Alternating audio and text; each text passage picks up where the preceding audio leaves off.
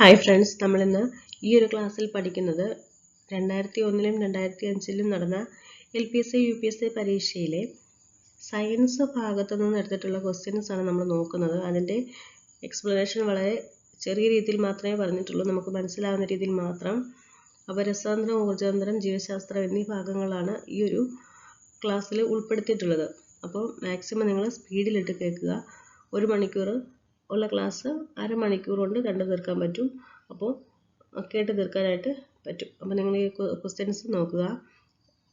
പഴയ ക്വസ്റ്റ്യൻസ് ആണ് നമ്മുടെ സിലബസിൽ. ഇപ്പോൾ കുട്ടികൾക്ക് SCERT പഠിക്കേണ്ട ഭാഗങ്ങളൊക്കെ തന്നെ ഇതിൽ ഉണ്ട്. അപ്പോൾ മാക്സിമം ക്വസ്റ്റ്യൻസ് നോക്കുക. ഓക്കെ, ഈ ഒരു ക്ലാസ് നിങ്ങൾക്ക് ഉപകാരപ്പെടുമെന്ന് വിശ്വസിക്കുന്നു. നമുക്കപ്പോൾ ക്ലാസ്സിലേക്ക് പോകാം. മഞ്ഞ വിളക്കുകൾ ഉപയോഗിക്കുന്നത്. നിങ്ങൾ ഓപ്ഷൻ വായിച്ചിട്ട് ആൻസർ നോക്കുക.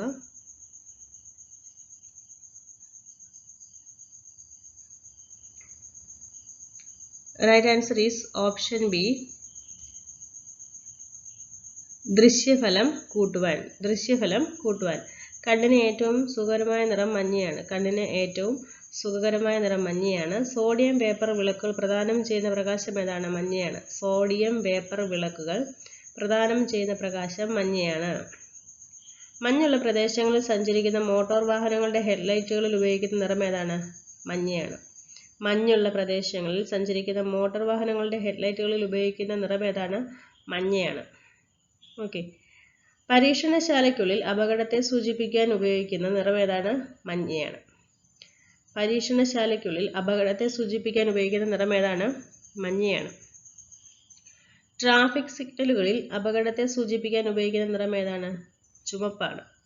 ട്രാഫിക് സിഗ്നലുകളിൽ അപകടത്തെ സൂചിപ്പിക്കാൻ ഉപയോഗിക്കുന്ന നിറം ഏതാണ്? ചുമപ്പാണ്. Next question. ട്യൂബ്ലൈറ്റ് സെറ്റിൽ ചോക്ക് ചെയ്യുന്ന ജോലി.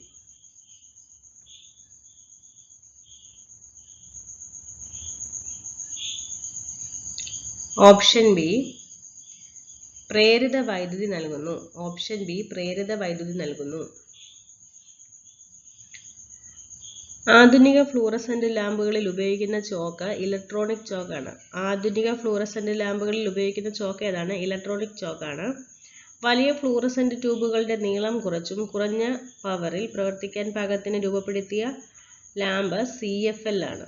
വലിയ ഫ്ലൂറസെന്റ് ലാമ്പുകളുടെ നീളം കുറച്ചും കുറഞ്ഞ പവറിൽ പ്രവർത്തിക്കാൻ പാകത്തിന് രൂപപ്പെടുത്തിയിരിക്കുന്ന ലാമ്പ് CFL ആണ്.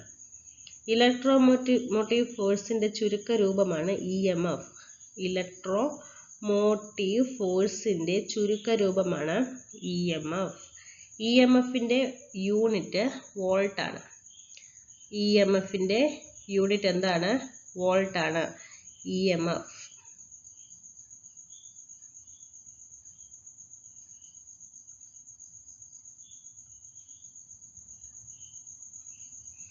EMFന്റെ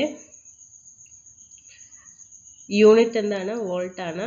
ഇലക്ട്രോമോട്ടീവ് ഫോഴ്സ്. ഓക്കെ. ഒരു സർക്യൂട്ടിൽ ഉണ്ടാകുന്ന പൊട്ടൻഷ്യൽ വ്യത്യാസമാണ് EMF. ഒരു സർക്യൂട്ടിൽ പ്രേരിതമാകുന്ന EMF ആണ് അതിലെ രാസോർജത്തെയും യാന്ത്രികോർജത്തെയും വൈദ്യുതോർജമാക്കി മാറ്റുന്നത്. അപ്പോൾ ഇത്രയും പോയിന്റ് ശ്രദ്ധിക്കുക. EMFന്റെ യൂണിറ്റ് എന്താണ്? വോൾട്ട് ആണ്. ഒരു സർക്യൂട്ടിൽ ഉണ്ടാകുന്ന പൊട്ടൻഷ്യൽ വ്യത്യാസമാണ് EMF. ഒരു സർക്യൂട്ടിൽ പ്രേരിതമാകുന്ന EMF ആണ് അതിലെ രാസോർജത്തെയും യാന്ത്രികോർജത്തെയും വൈദ്യുതോർജമാക്കി മാറ്റുന്നത്. ദ്രാവകത്തുള്ളികൾ ഗോളാകൃതിയിൽ കാണപ്പെടുന്നതിന് കാരണം. ഓപ്ഷൻ എ, പ്രതലബലം. Option B, viscosity. Option C, cohesion. Option D, adhesion. Option E, ഇവയൊന്നുമല്ല. The right answer is option A, പ്രതലബലം. നമുക്ക് അവയെക്കുറിച്ചൊന്ന് നോക്കാം. ആദ്യം കേശികത്വം എന്താണെന്ന് നോക്കാം. സൂക്ഷ്മ സുഷിരങ്ങളിലൂടെ ഭൂഗുരുത്വാകർഷണ ബലത്തെ മറികടന്ന് ദ്രാവകങ്ങൾക്ക് ഉയരാനുള്ള കഴിവാണ് കേശികത്വം. സൂക്ഷ്മ സുഷിരങ്ങളിലൂടെ ഭൂഗുരുത്വാകർഷണ ബലത്തെ മറികടന്ന് ദ്രാവകങ്ങൾക്ക് ഉയരാനുള്ള കഴിവാണ് കേശികത്വം. കേശികത്വത്തിന് കാരണമായ ബലങ്ങൾ ഏതൊക്കെയാണ്? കേശികത്വത്തിന് കാരണമായ ബലങ്ങളാണ് പ്രതലബലം, കൊഹിഷൻ, അഡ്ഹീഷൻ. ഓക്കെ, എന്താണ്? കേശികത്വത്തിന് കാരണമായ ബലങ്ങളാണ് പ്രതലബലം, അഡ്ഹീഷൻ, കൊഹിഷൻ. ഓക്കെ, കേശികത്വത്തിന് ഉദാഹരണങ്ങൾ എന്തൊക്കെയാണെന്ന് അറിയാമോ? ഏതൊക്കെയാണ്? വിളക്ക് തിരിയിൽ നിന്ന് എണ്ണ മുകളിലേക്ക് കയറുന്നത്, വേരുകൾ മണ്ണിൽ നിന്ന് ജലം വലിച്ചെടുക്കുന്നത്, ചോക്ക് മഷി ആഗിരണം ചെയ്യുന്നത്, ഉപ്പുകടലാസ് ജലം വലിച്ചെടുക്കുന്നത്.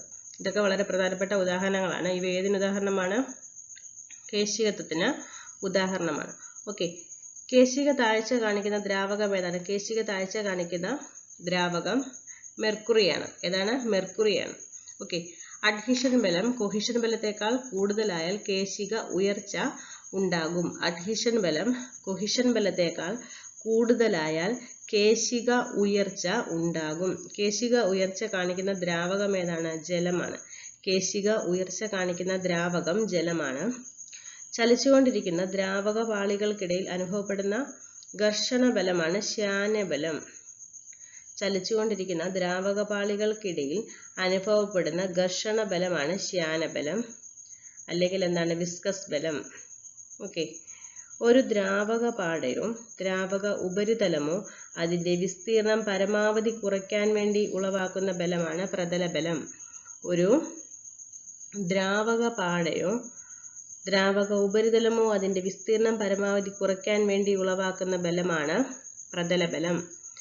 ഓക്കെ, ഒരേ ഇനം തന്മാത്രകൾ തമ്മിലുള്ള ആകർഷണം എന്താണ്? ഒരേ ഇനം തന്മാത്രകൾ തമ്മിലുള്ള ആകർഷണം ഏതാണ്? കൊഹിഷൻ ആണ്. ഓക്കെ, വ്യത്യസ്ത ഇനം തന്മാത്രകൾ തമ്മിലുള്ള ആകർഷണ ബലം ഏതാണ്? വ്യത്യസ്ത ഇനം തന്മാത്രകൾ തമ്മിലുള്ള ആകർഷണ ബലം ഏതാണ്? അഡ്ഹീഷൻ ആണ്. ഓക്കെ, ജലത്തുള്ളികളെ ജനൽ ഗ്ലാസിൽ ഒട്ടിച്ചു നിർത്തുന്ന ബലം ഏതാണ്? അഡ്ഹീഷൻ ബലമാണ്. ജലത്തുള്ളികളെ ജനൽ ഗ്ലാസിൽ ഒട്ടിച്ചു നിർത്തുന്ന ബലം അഡ്ഹീഷൻ ബലമാണ്. ഒരു ജലത്തുള്ളിയിലെ തന്മാത്രകൾ തമ്മിൽ ചേർത്ത് നിർത്തുന്ന ബലമാണ് കൊഹിഷൻ ബലം. ഒരു ജലത്തുള്ളിയിലെ തന്മാത്രകളെ തമ്മിൽ ചേർത്ത് നിർത്തുന്ന ബലം ഏതാണ്? കൊഹിഷൻ ബലമാണ്. സൂചി ജലത്തിൽ പൊങ്ങിക്കിടക്കാൻ കാരണമായ പ്രതിഭാസം പ്രതലബലമാണ്. സൂചി ജലത്തിൽ പൊങ്ങിക്കിടക്കാൻ കാരണമായ പ്രതിഭാസം ഏതാണ്? പ്രതലബലമാണ്. ഒരു ദ്രാവക പാടയോ ദ്രാവക ഉപരിതലമോ അതിന്റെ വിസ്തീർണം പരമാവധി കുറയ്ക്കാൻ വേണ്ടി ഉളവാക്കുന്ന ബലം ഏതാണ്? പ്രതലബലമാണ്. നമ്മൾ ഓൾറെഡി പറഞ്ഞായിരുന്നു. ഒരു ദ്രാവക പാടയോ ദ്രാവക ഉപരിതലമോ അതിന്റെ വിസ്തീർണം പരമാവധി കുറയ്ക്കാൻ വേണ്ടി ഉളവാക്കുന്ന ബലം ഏതാണ്? പ്രതലബലമാണ്. പ്രതലബലത്തിന്റെ അടിസ്ഥാനം എന്താണ്? ദ്രാവക തന്മാത്രകളുടെ കൊഹിഷനാണ്. പ്രതലബലത്തിന്റെ അടിസ്ഥാനം എന്താണ്? ദ്രാവക തന്മാത്രകളുടെ കൊഹിഷനാണ്. പ്രതലബലം അനുഭവപ്പെടുന്നത് പ്രതലത്തിന് സമാന്തരമായിട്ടാണ്. പ്രതലബലം അനുഭവപ്പെടുന്നത് പ്രതലത്തിന് സമാന്തരമായിട്ടാണ്. സോപ്പ് ചേർക്കുമ്പോൾ ജലത്തിന്റെ പ്രതലബലത്തിന് എന്ത് മാറ്റമാണ് ഉണ്ടാകുന്നത്? സോപ്പ് ചേർക്കുമ്പോൾ ജലത്തിന്റെ പ്രതലബലം കുറയുന്നു. സോപ്പ് ലായനി സാധാരണ വെള്ളത്തേക്കാൾ അഴുക്ക് എളുപ്പം നീക്കാൻ കാരണം പ്രതലബലം കുറവായതിനാലാണ്. സോപ്പ് ലായനി സാധാരണ വെള്ളത്തേക്കാൾ അഴുക്ക് എളുപ്പം നീക്കാൻ കാരണം എന്താണ്? പ്രതലബലം കുറവായതിനാൽ. ഷഡ്പദങ്ങൾക്ക് ജല ഉപരിതലത്തിൽ ഇരിക്കാനും നടക്കാനും കഴിയുന്നത് പ്രതലബലം മൂലമാണ്. ഷഡ്പദങ്ങൾക്ക് ജല ഉപരിതലത്തിൽ ഇരിക്കാനും നടക്കാനും കഴിയുന്നത് എന്തുകൊണ്ടാണ്? പ്രതലബലം മൂലമാണ്. മഴത്തുള്ളികളുടെ ഗോളാകൃതിക്ക് കാരണം ഏതാണ്? പ്രതലബലമാണ്. നമ്മുടെ ക്വസ്റ്റ്യൻ അത് തന്നെയല്ലേ? ദ്രാവകത്തുള്ളികൾ ഗോളാകൃതിയിൽ കാണപ്പെടുന്നതിന് കാരണം എന്താണ്? പ്രതലബലമാണ്. ഓക്കെ, മഴത്തുള്ളികളുടെ ഗോളാകൃതിക്ക് കാരണം എന്താണ്? പ്രതലബലമാണ്.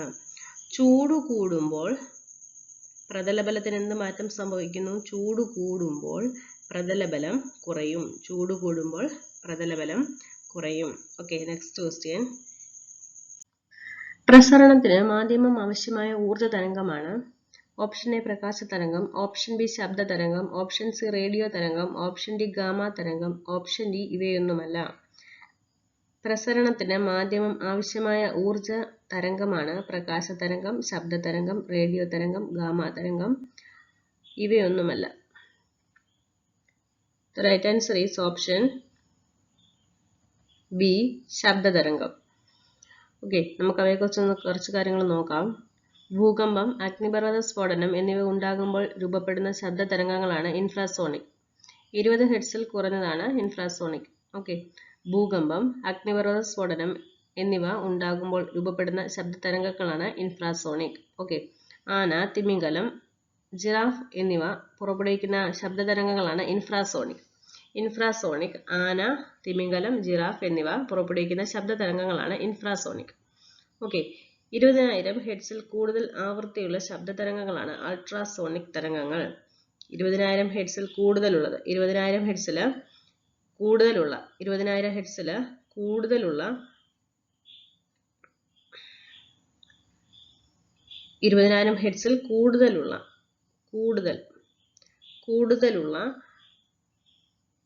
കൂടുതൽ ആവൃത്തിയുള്ള ശബ്ദതരംഗങ്ങളാണ് എന്ത്? അൾട്രാസോണിക് തരംഗങ്ങൾ. സോണാർ, ആന്തരിക അവയവങ്ങളുടെ സ്കാനിംഗ് എന്നിവയ്ക്കായി ഉപയോഗിക്കുന്ന ശബ്ദതരംഗം അൾട്രാസോണിക് ആണ്. എന്താണ്? 20,000 ഹെർട്സിൽ കൂടുതൽ ആവൃത്തിയുള്ള ശബ്ദതരംഗമാണ് അൾട്രാസോണിക്. 20,000 ഹെർട്സിൽ കൂടുതൽ ആവൃത്തിയുള്ള ശബ്ദതരംഗമാണ് അൾട്രാസോണിക്. സോണാർ, ആന്തരിക അവയവങ്ങളുടെ സ്കാനിംഗ് എന്നിവയ്ക്കായി ഉപയോഗിക്കുന്ന ശബ്ദതരംഗമാണ് അൾട്രാസോണിക്. ഓക്കെ, അപ്പോൾ 20 ഹെർട്സിൽ കുറഞ്ഞതാണ് എന്ത്? ഇൻഫ്രാസോണിക്. ഇൻഫ്രാസോണിക് സൗണ്ട്സ് എന്ന് പറയുന്നത് എന്താണ്? 20 ഹെർട്സിൽ കുറഞ്ഞതാണ്. എന്നാൽ അൾട്രാസോണിക് എന്ന് പറയുന്നത് എന്താണ്? 20,000 ഹെർട്സിൽ കൂടുതലാണ്. 20,000 ഹെർട്സിൽ കൂടുതലാണ്. ഓക്കെ, ഇനി അടുത്തത് മനസ്സിലാക്കുന്ന കുറച്ച് കാര്യങ്ങൾ. കഷ്ടിച്ച് കേൾക്കാൻ കഴിയുന്ന ശബ്ദം എന്ന് പറയുന്നത് 0 to 10 ഡെസിബൽ ആണ്. കഷ്ടിച്ച് കേൾക്കാൻ കഴിയുന്ന ശബ്ദം എന്ന് പറയുന്നത് 0 മുതൽ 10 ഡെസിബൽ വരെയാണ്. ശ്വസനത്തിൻ്റെ എത്രയാണ്? ശ്വസനം 10 ഡെസിബലാണ്. നമ്മളൊക്കെ ശ്വസിക്കുന്നത് നമ്മൾ അതുപോലെ സൈലൻ്റ് ആയിട്ടൊക്കെ ഇരിക്കുന്ന സമയത്ത് അത്ര ശ്രദ്ധിക്കുമ്പോൾ മാത്രമാണ് നമുക്ക് നമ്മളുടെ ശ്വസനത്തിൻ്റെ സൗണ്ട് കേൾക്കാൻ കഴിയുന്നത്. മനുഷ്യൻ്റെ ശബ്ദം എത്രയാണ്? മനുഷ്യൻ്റെ ശബ്ദമാണ്, ശ്രവണപരിധിയല്ല ചോദിച്ചത്. മനുഷ്യൻ്റെ ശബ്ദം 60 ഡെസിബൽ മുതൽ 65 ഡെസിബൽ വരെയാണ് മനുഷ്യൻ്റെ ശബ്ദം. ഓക്കെ, ഇനിയും മനുഷ്യൻ്റെ ശ്രവണപരിധി എത്രയാണ്? മനുഷ്യൻ്റെ ശ്രവണപരിധി എന്ന് പറയുന്നത് 20 ഹെർട്സ് മുതൽ എത്രയാണ്? 20 ഹെർട്സ് മുതൽ 20,000 ഹെർട്സ് വരെയാണ്. 20,000 ഹെർട്സ് വരെയാണ്. അപ്പം അത് ഓർക്കാൻ എന്താ നമുക്ക് നല്ലൊരു വഴിയുണ്ട്. നോക്കിക്കേ, 20 ഹെർട്സിന് താഴെ പോകുന്നത് എന്താണെന്നാണ് പറഞ്ഞത്? 20 ഹെർട്സിന് താഴെ പോകുന്നത്, അതായത് 20 ഹെർട്സിൽ കുറഞ്ഞത് എന്താണ്? ഇൻഫ്രാസോണിക് ആണ്. 20,000 ഹെർട്സിൽ മുകളിൽ പോകുന്നത് എന്താണ്? അൾട്രാസോണിക് ആണ്. അപ്പോൾ ഇതിൻ്റെ ഇടയിൽ കിടക്കുന്ന, അതായത് 20 ഹെർട്സ് തൊട്ട് 20,000 ഹെർട്സ് വരെയാണ് മനുഷ്യൻ്റെ ശ്രവണപരിധി. അത് അങ്ങനെ തന്നെ മനസ്സിലാക്കി വെക്കുക. ഓക്കെ, പിന്നെന്താ പറയുന്നത്? പാർപ്പിട മേഖലകളിലെ അനുവദനീയമായ ശബ്ദപരിധി ഡേ ടൈമിൽ എത്രയാണ്? അതായത് പകൽ എത്രയാണ്? ഡേ ടൈമിൽ എത്രയാണ്? 55 ഡെസിബലാണ്. 55 ഡെസിബലാണ് പകൽ ടൈമിൽ. പാർപ്പിട മേഖലകളിൽ അനുവദനീയമായ ശബ്ദപരിധി എന്ന് പറയുന്നത് 55 ഡെസിബലാണ്. നൈറ്റ് ആകുമ്പോൾ എത്രയാകും? 10 കുറയും. നൈറ്റ് ആകുമ്പം 10 കുറയും. 45 10 55 അങ്ങനെ ഓർക്കുക. നൈറ്റിൽ 10 കുറയും. ഓക്കെ, അപ്പോൾ പാർപ്പിടങ്ങളിൽ അനുവദനീയമായിരിക്കുന്ന ശബ്ദപരിധി എത്രയാണ്? 55 ഡെസിബലാണ്. രാത്രിയിൽ 45 ഡെസിബൽ. ഓക്കെ, നായയുടെ ശ്രവണപരിധി എത്രയാണ്? നായയുടെ ശ്രവണപരിധി 67 ഹെർട്സിന് 67 ഹെർട്സ് മുതൽ 45 കിലോ ഹെർട്സ് ആണ്. കിലോ ഹെർട്സ് വരെയാണ് എന്ത്?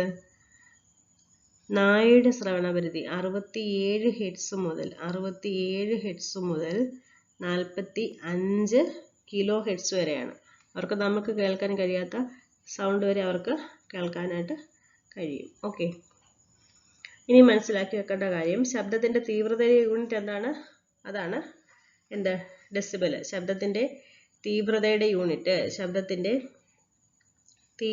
യൂണിറ്റ് എന്താണ്? Decibel. Small letter D, capital letter B. Okay, ശബ്ദത്തിൻ്റെ തീവ്രതയുടെ യൂണിറ്റ് ഡെസിബൽ ആണ്. ശബ്ദത്തിൻ്റെ തീവ്രതയുടെ യൂണിറ്റ് ഡെസിബൽ ആണ്. ശബ്ദ മലിനീകരണം അളക്കുവാൻ ഉപയോഗിക്കുന്ന യൂണിറ്റും എന്താണ്? ഡെസിബൽ ആണ്. ശബ്ദ മലിനീകരണം അളക്കുവാൻ ഉപയോഗിക്കുന്ന യൂണിറ്റ് ഡെസിബൽ ആണ്. ശബ്ദ തീവ്രത അളക്കുവാൻ ഉപയോഗിക്കുന്ന ഉപകരണം ഏതാണ്? ഓഡിയോമീറ്റർ ആണ്. ശബ്ദ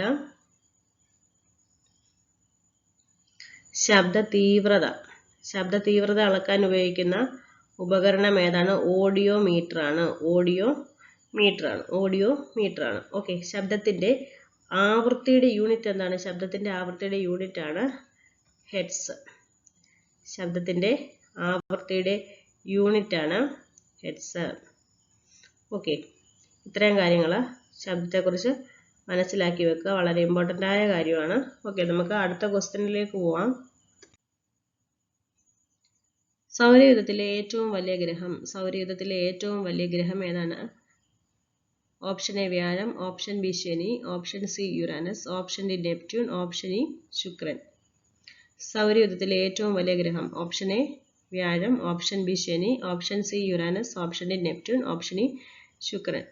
the right answer is option A വ്യാഴം. ഓപ്ഷൻ എ വ്യാഴമാണ് ഏറ്റവും വലിയ ഗ്രഹം. ഭ്രമണവേഗത കൂടിയ ഗ്രഹമാണ് വ്യാഴം. 45,000 കിലോമീറ്റർ ഭ്രമണവേഗതയാണ് വ്യാഴത്തിനുള്ളത്. മണിക്കൂറിൽ 45,000 കിലോമീറ്റർ ഭ്രമണവേഗതയാണ് വ്യാഴത്തിനുള്ളത്. ഏറ്റവും ദൈർഘ്യം കുറഞ്ഞ ദിനരാത്രങ്ങളുള്ള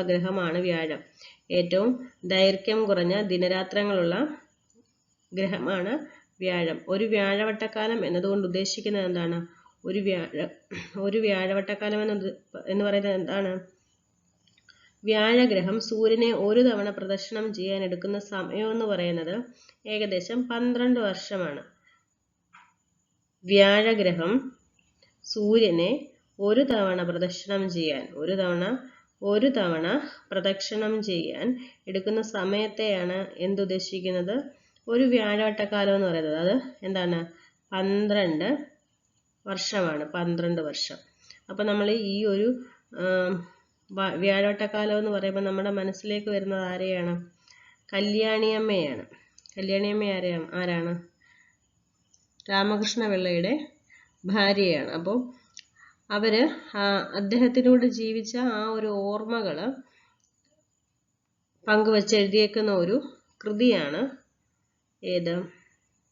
വ്യാഴവട്ട സ്മരണകൾ എന്ന് പറയുന്നത്. അത് വളരെ പ്രസിദ്ധമായ ഒരു കൃതിയാണ്. അപ്പം നമുക്ക് ഈ 12 വർഷക്കാലം അത്രയും വർഷം മാത്രമാണ് അവരെ ഒരുമിച്ച് ജീവിച്ചത്. അദ്ദേഹം വളരെ ചെറുപ്പത്തിൽ തന്നെ മരിച്ചു പോയിരുന്നു. ഓക്കെ, അപ്പോൾ എന്താണ് ഇവിടെ നമ്മൾ പറയുന്നത്? ഒരു വ്യാഴവട്ടക്കാലം എന്ന് പറയുന്നത് എന്താണ്?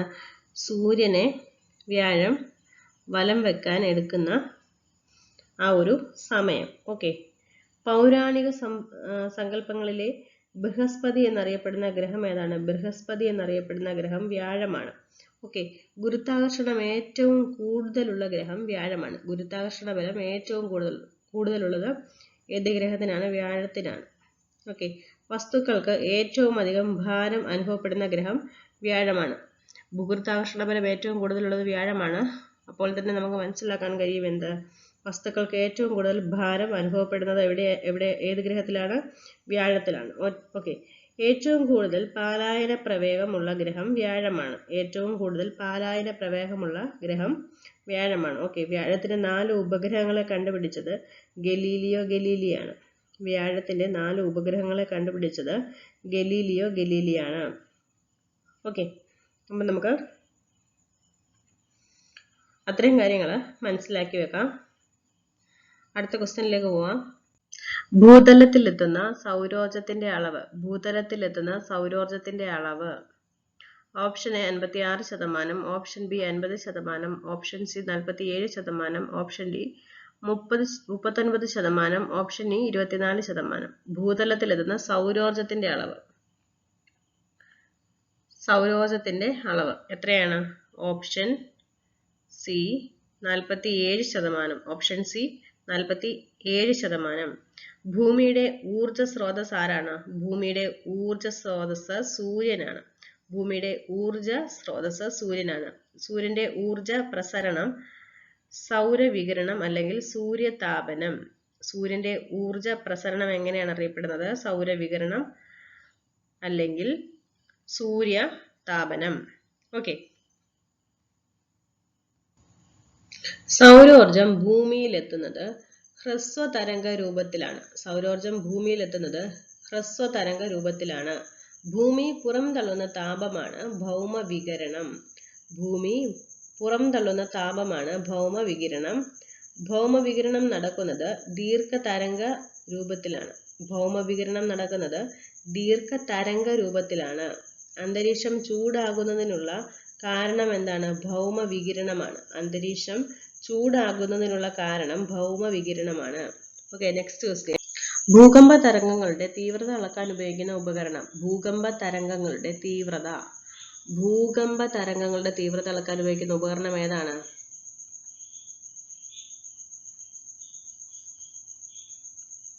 Option A thermometer, option B hygrometer, option C seismograph, option D altimeter. The right answer is option C ആണ്, സീസ്മോഗ്രാഫ്. ഭൂകമ്പ തരംഗങ്ങളുടെ തീവ്രത അളക്കാൻ ഉപയോഗിക്കുന്ന ഉപകരണം ഏതാണ്? സീസ്മോഗ്രാഫ് ആണ്. സീസ്മോഗ്രാഫ്. ഓക്കെ, ഇനി നമുക്ക് ബാക്കിയുള്ളവ നോക്കാം. തെർമോമീറ്റർ. തെർമോമീറ്റർ എന്തിനാണ് ഉപയോഗിക്കുന്നത്? ഊഷ്മാവ് അളക്കുന്നതിനുള്ള ഉപകരണമാണ്. ഊഷ്മാവ് അളക്കുന്നതിനുള്ള ഉപകരണമാണ് തെർമോമീറ്റർ. ഊഷ്മാവ് അളക്കുന്നതിനുള്ള ഉപകരണം. ഇനി എന്താ പറഞ്ഞിട്ടുള്ളത്? ഹൈഗ്രോമീറ്റർ. ഹൈഗ്രോമീറ്റർ എന്തിനാണ്? അന്തരീക്ഷത്തിലെ ആപേക്ഷിക ആർദ്രത അറിയാൻ ഉപയോഗിക്കുന്നു. അന്തരീക്ഷത്തിലെ ആപേക്ഷിക ആർദ്രത അറിയാൻ ഉപയോഗിക്കുന്നു. അപ്പോൾ ഹൈഗ്രോമീറ്ററിന്റെ കൂടെ തന്നെ നമ്മൾ ഹൈഡ്രോമീറ്റർ ഓർക്കുക. ഹൈഡ്രോമീറ്റർ എന്താണ്? ദ്രാവകങ്ങളുടെ ആപേക്ഷിക സാന്ദ്രത അളക്കുന്നതിനുള്ള ഉപകരണമാണ്. ഹൈഡ്രോമീറ്റർ ദ്രാവകങ്ങളുടെ ആപേക്ഷിക സാന്ദ്രത അളക്കുന്നതിനുള്ള ഉപകരണമാണ്. ഹൈഗ്രോമീറ്റർ എന്ന് പറയുന്നത് അന്തരീക്ഷത്തിലെ ആപേക്ഷിക ആർദ്രത അളക്കുന്നതിനുള്ള ഉപകരണമാണ്. ഓക്കെ, അടുത്ത എന്താ പറഞ്ഞിട്ടുള്ളത്?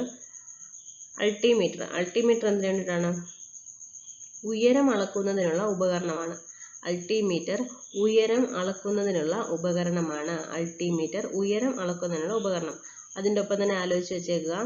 ലാക്ടോമീറ്റർ എന്താണ്? പാലിന്റെ ആപേക്ഷിക സാന്ദ്രത അളക്കാൻ ഉപയോഗിക്കുന്നു. ലാക്ടോമീറ്റർ. ഓക്കെ, ഓഡിയോമീറ്റർ എന്തിനാണ്? നമ്മൾ ഓൾറെഡി പറഞ്ഞായിരുന്നല്ലേ, ശബ്ദത്തിന്റെ തീവ്രത അളക്കാൻ ഉപയോഗിക്കുന്നു. ഓക്കെ, അപ്പോൾ ഒരു കാര്യം കൂടെ നോക്കുക. ഓഡോമീറ്റർ. ഓഡിയോമീറ്ററും മാറിപ്പോവരുത്. ഓഡോമീറ്റർ എന്തിനു വേണ്ടിയിട്ടാണ്? വാഹനങ്ങൾ സഞ്ചരിക്കുന്ന ദൂരം രേഖപ്പെടുത്താൻ ഉപയോഗിക്കുന്ന ഉപകരണമാണ് ഓഡോമീറ്റർ. ഓഡോമീറ്റർ വാഹനങ്ങൾ സഞ്ചരിക്കുന്ന ദൂരം രേഖപ്പെടുത്താൻ ഉപയോഗിക്കുന്ന ഉപകരണമാണ്. ഓക്കെ, വണ്ടി കൈകാര്യം ചെയ്യുന്നവർക്കൊക്കെ അതൊക്കെ അറിയാൻ പറ്റും. ഓക്കെ, അപ്പം കലോറിമീറ്റർ എന്ന് പറഞ്ഞാൽ എന്താണ്? താപം അളക്കുന്നതിനുള്ള ഉപകരണമാണ് കലോറിമീറ്റർ. ഓക്കെ, ബാരോമീറ്റർ എന്ന് പറഞ്ഞാൽ എന്താണ്? അന്തരീക്ഷ മർദ്ദം അളക്കുന്നതിനുള്ള ഉപകരണമാണ്. ബാരോമീറ്റർ അന്തരീക്ഷ മർദ്ദം അളക്കുന്നതിനുള്ള ഉപകരണമാണ്. ഓക്കെ, അപ്പം നമുക്ക് അടുത്ത ക്വസ്റ്റ്യനിലേക്ക് പോവാം. ചൂടാകുമ്പോൾ ഏറ്റവും കുറഞ്ഞ നിരക്കിൽ വികസിക്കുന്ന പദാർത്ഥം. ചൂടാകുമ്പോൾ ഏറ്റവും കുറഞ്ഞ നിരക്കിൽ വികസിക്കുന്ന പദാർത്ഥം ഏതാണ്? Option A glass, option B ചെമ്പ്, ഓപ്ഷൻ സി വെള്ളി, ഓപ്ഷൻ ഡി ഇരുമ്പ്, ഓപ്ഷൻ ഇ തടി. ചൂടാകുമ്പോൾ ഏറ്റവും കുറഞ്ഞ നിരക്കിൽ വികസിക്കുന്നത്.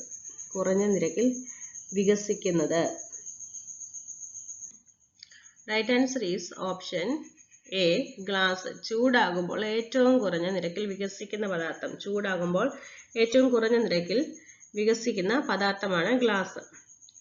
സീരിയം ഓക്സൈഡ് ചേർത്തുണ്ടാക്കുന്ന ഗ്ലാസ് ക്രൂക്സ് ഗ്ലാസ് ആണ്. സീരിയം ഓക്സൈഡ് ചേർത്തുണ്ടാക്കുന്ന ഗ്ലാസ് ക്രൂക്സ് ഗ്ലാസ് ആണ്. സൂപ്പർ കൂൾഡ് ലിക്വിഡ് എന്നറിയപ്പെടുന്നത് ഗ്ലാസ് ആണ്. സൂപ്പർ കൂൾഡ് ലിക്വിഡ് എന്നറിയപ്പെടുന്നത് ഗ്ലാസ് ആണ്. ഗ്ലാസ് എന്നത് സിലിക്കേറ്റുകളുടെ മിശ്രിതമാണ് എന്ത് ഗ്ലാസ്. ഗ്ലാസ് ലയിക്കുന്ന ആസിഡ് ഹൈഡ്രോഫ്ലൂറിക് ആസിഡ് ആണ്. ജലത്തിൽ ലയിക്കുന്ന ഗ്ലാസ് വാട്ടർ ഗ്ലാസ് ആണ്. സാധാരണ ഗ്ലാസ് സോഡാ ഗ്ലാസ് ആണ്. സോഫ്റ്റ് ഗ്ലാസ് എന്നും പറയും. സാധാരണ ഗ്ലാസ് സോഡാ ഗ്ലാസ് ആണ്. Soft glass. സോഡാ ഗ്ലാസ് എന്നത് സിലിക്കൺ ഡൈ ഓക്സൈഡിന്റെയും സോഡിയം കാർബണേറ്റിന്റെയും കാൽസ്യം കാർബണേറ്റിന്റെയും മിശ്രിതമാണ്. എന്തിന്റെയൊക്കെയാണ്? സിലിക്കൺ ഡൈ ഓക്സൈഡിന്റെയും സോഡിയം കാർബണേറ്റിന്റെയും കാൽസ്യം കാർബണേറ്റിന്റെയും മിശ്രിതമാണ് സോഡാ ഗ്ലാസ് എന്നത്. ഹാർഡ് ഗ്ലാസ് അറിയപ്പെടുന്നത് എങ്ങനെയാണ്? പൊട്ടാഷ് ഗ്ലാസ് എന്നാണ്. ഹാർഡ് ഗ്ലാസ് എന്നറിയപ്പെടുന്നത് പൊട്ടാഷ് ഗ്ലാസ് ആണ്. ഹാർഡ് ഗ്ലാസ് എന്നത് സിലിക്കൺ ഡൈ ഓക്സൈഡിന്റെയും പൊട്ടാസ്യം കാർബണേറ്റിന്റെയും കാൽസ്യം കാർബണേറ്റിന്റെയും മിശ്രിതമാണ്. ഹാർഡ് ഗ്ലാസ് എന്നത് സിലിക്കൺ ഡൈ ഓക്സൈഡിന്റെയും പൊട്ടാസ്യം കാർബണേറ്റിന്റെയും കാൽസ്യം കാർബണേറ്റിന്റെയും മിശ്രിതമാണ്. അപ്പോൾ സോഡാ ഗ്ലാസും ഹാർഡ് ഗ്ലാസും തമ്മിലുള്ള വ്യത്യാസം എന്താ വരുന്നത്? സിലിക്കൺ ഡൈ ഓക്സൈഡ് രണ്ടിലും വരുന്നുണ്ട്, പിന്നെന്താ കാൽസ്യം കാർബണേറ്റും രണ്ടിലും വരുന്നുണ്ട്. വ്യത്യാസം എന്താണ്? സോഡാ ഗ്ലാസ്സിൽ സോഡിയം കാർബണേറ്റ് ആണ്, ഹാർഡ് ഗ്ലാസ്സിൽ പൊട്ടാസ്യം കാർബണേറ്റ് ആണ്. അതാണ് വ്യത്യാസം വരുന്നത്. സിലിക്കൺ ഡൈ ഓക്സൈഡും സോഡിയം കാർബണേറ്റും കാൽസ്യം കാർബണേറ്റും ചേരുന്നതാണ് സോഡാ ഗ്ലാസ്. എന്നാൽ ഹാർഡ് ഗ്ലാസ് എന്ന് പറയുന്നത് സിലിക്കൺ ഡൈ ഓക്സൈഡും പൊട്ടാസ്യം കാർബണേറ്റ് ആണ്. പൊട്ടാസ്യം കാർബണേറ്റും കാൽസ്യം കാർബണേറ്റും ചേരുന്നതാണ് ഹാർഡ് ഗ്ലാസ്. ഓക്കെ. അപ്പോൾ സാധാരണ ഗ്ലാസ് എന്ന് പറയുന്നത് സോഡാ ഗ്ലാസ് ആണ്. സോഡാ ഗ്ലാസ്സിന് sodium carbonate. Okay. Soda glass sodium carbonate, അങ്ങനെ ഓർക്കുക. ഹാർഡ് ഗ്ലാസ്സിന് പൊട്ടാസ്യം കാർബണേറ്റ് ആണ്. മറ്റേത് സോഡിയം കാർബണേറ്റ് വരുമ്പോൾ ഇത് potassium carbonate. Okay. Borosilicate glass എന്നത് ബോറോൺ ഓക്സൈഡിന്റെയും അലൂമിനിയം ഓക്സൈഡിന്റെയും സിലിക്കൺ ഡൈ ഓക്സൈഡിന്റെയും മിശ്രിതമാണ്. ബോറോസിലിക്കേറ്റ് ഗ്ലാസ് എന്നത് ബോറോൺ ഓക്സൈഡിന്റെയും അലൂമിനിയം ഓക്സൈഡിന്റെയും സിലിക്കൺ ഡൈ ഓക്സൈഡിന്റെയും മിശ്രിതമാണ്. ഓക്കെ. നമുക്ക് വേണ്ട കുറച്ച് കാര്യങ്ങൾ മാത്രം നോക്കാം. ഗ്ലാസ് നിർമ്മാണത്തിൽ വ്യത്യസ്ത നിറങ്ങൾക്കായി ചേർക്കുന്ന എന്താണ്? സംക്രമണ മൂലകങ്ങളുടെ സംയുക്തങ്ങളാണ്. ഗ്ലാസ് നിർമ്മാണത്തിൽ വ്യത്യസ്ത നിറങ്ങൾക്കായി ചേർക്കുന്നത് സംക്രമണ മൂലകങ്ങളുടെ സംയുക്തങ്ങളാണ്. ഓക്കെ. ഫെറസ് ലവണം പച്ചയാണ്, ഫെറിക് ലവണം മഞ്ഞയാണ്, കൊബാൾട്ട് ലവണം നീലയാണ്, നിക്കൽ സാൾട്ട് ചുമപ്പാണ്, കുപ്രിക് ഓക്സൈഡ് ചുമപ്പാണ്, കാഡ്മിയം സൾഫൈഡ് മഞ്ഞയാണ്, യുറേനിയം ഓക്സൈഡ് മഞ്ഞയാണ്, ക്രയോലൈറ്റ് വെള്ളയാണ്. ഇതെന്തെങ്കിലും കോഡ് കണക്ട് ചെയ്തോ വല്ലോ ഒന്ന് നിങ്ങൾ തന്നെ ഒന്ന് ഓർത്ത് വെക്കണേ. ഫെറസ് ലവണം പച്ച, ഫെറിക് ലവണം മഞ്ഞ, കൊബാൾട്ട് ലവണം നീല, നിക്കൽ സാൾട്ട് ചുമപ്പ്, കുപ്രിക് ഓക്സൈഡ് ചുമപ്പ്, കാഡ്മിയം സൾഫൈഡ് മഞ്ഞ, യുറേനിയം ഓക്സൈഡ് മഞ്ഞ, ക്രയോലൈറ്റ് വെള്ള.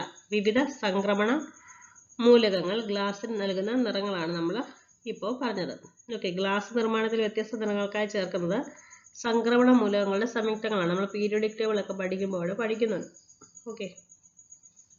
അപ്പോൾ അത്യാവശ്യമായിട്ട് ഇത്രയും കാര്യങ്ങളൊക്കെ ഓർത്ത് വെക്കുക.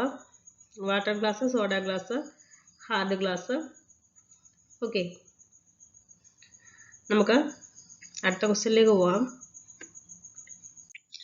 വെള്ളി സ്പൂണിൽ സ്വർണം പൂശുന്നതിന് ഉപയോഗിക്കുന്ന ഇലക്ട്രോലൈറ്റ്. വെള്ളി സ്പൂണിൽ സ്വർണം പൂശുന്നതിന് ഉപയോഗിക്കുന്ന ഇലക്ട്രോലൈറ്റ്.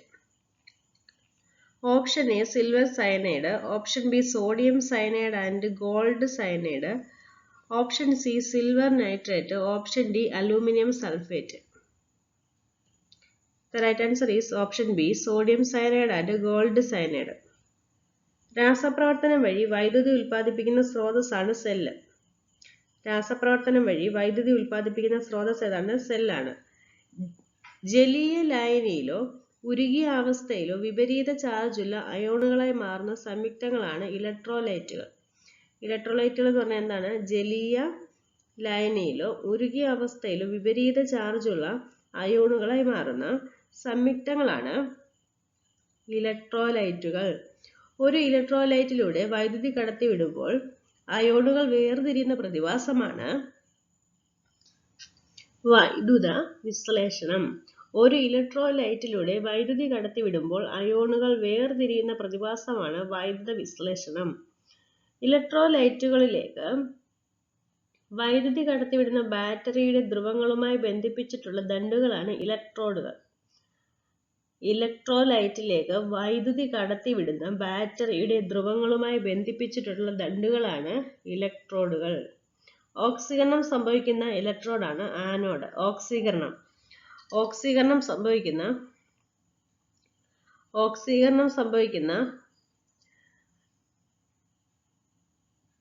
ഇലക്ട്രോഡ് ഏതാണ്? ആനോഡാണ്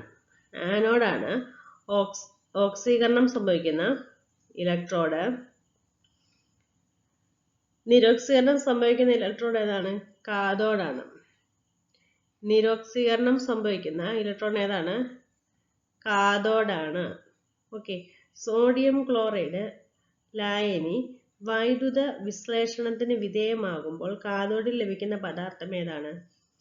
സോഡിയം ക്ലോറൈഡ് ലായനി വൈദ്യുത വിശ്ലേഷണത്തിന് വിധേയമാകുമ്പോൾ കാഥോഡിൽ ലഭിക്കുന്ന പദാർത്ഥം ഏതാണ്? ക്ലോറൈഡ്. Okay, next question. എലിവിഷമായി ഉപയോഗിക്കുന്ന രാസവസ്തു. Option A calcium phosphate, option B zinc phosphide, option C sodium carbonate, option D ammonium chloride, option E ഇവയൊന്നുമല്ല. Right answer is option B zinc phosphide. സിങ്കിന്റെ അറ്റോമിക് നമ്പർ എത്രയാണ്? സിങ്കിന്റെ atomic number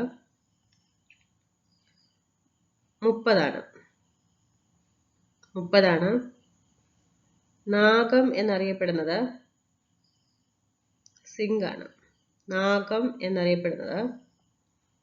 സിങ്കാണ്.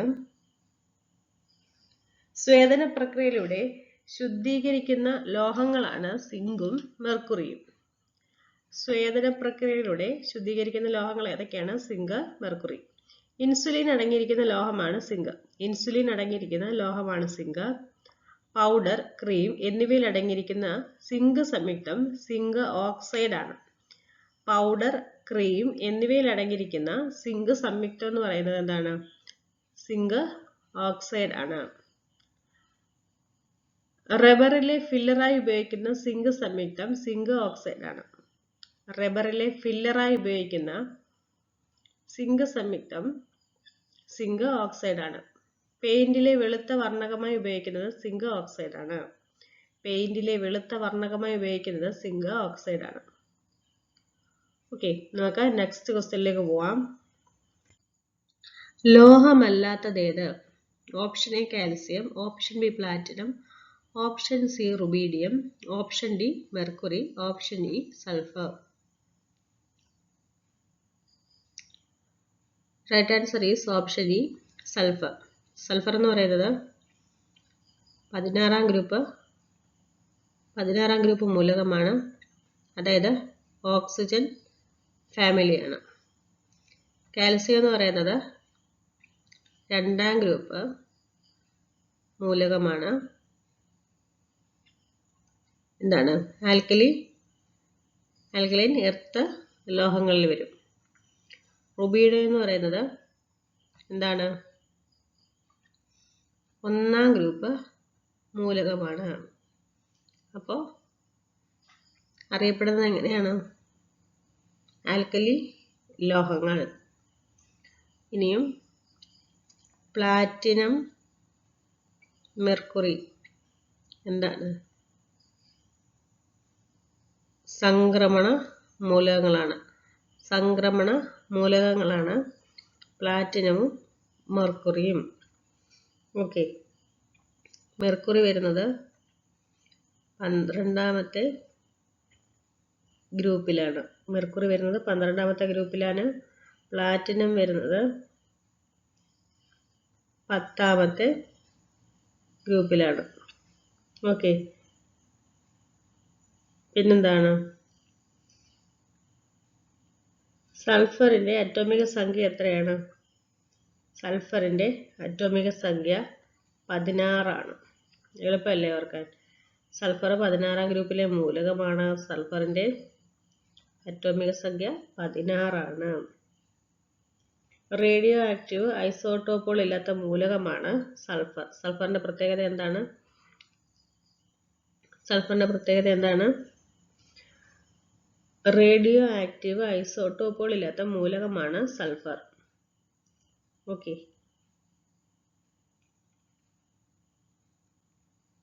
Next question. അച്ചടി അക്ഷരങ്ങൾ ഉണ്ടാക്കുന്ന ലോഹസങ്കരം. Option A gun metal, option B type metal, option C coinage metal, option D copper gland, option E ഇവയൊന്നുമല്ല.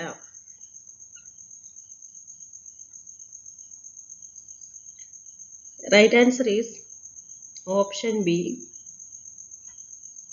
Type metal.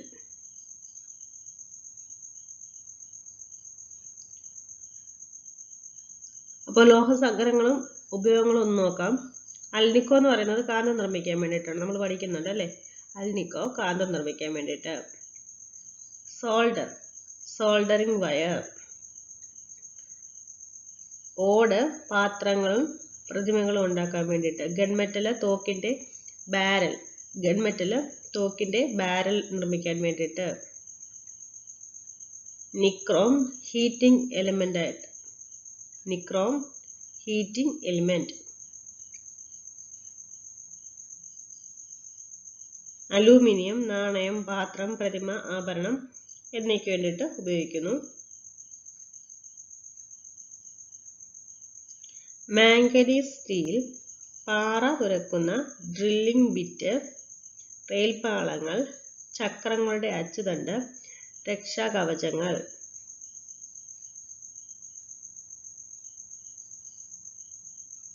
Chrome vanadium steel motor കാറുകളുടെ axle നിർമ്മാണത്തിന് വേണ്ടിയിട്ട്. Okay, നമുക്ക് നെക്സ്റ്റ് ക്വസ്റ്റ്യനിലേക്ക് പോവാം. പാറ്റാഗുളിക ഉപയോഗിക്കുന്ന വസ്തു. Option A ethyl alcohol, option B benzene, option C ethanol, option D naphthalene, option D ഇവയൊന്നുമല്ല. Right answer is option D naphthalene. Grape spirit എന്നറിയപ്പെടുന്നത്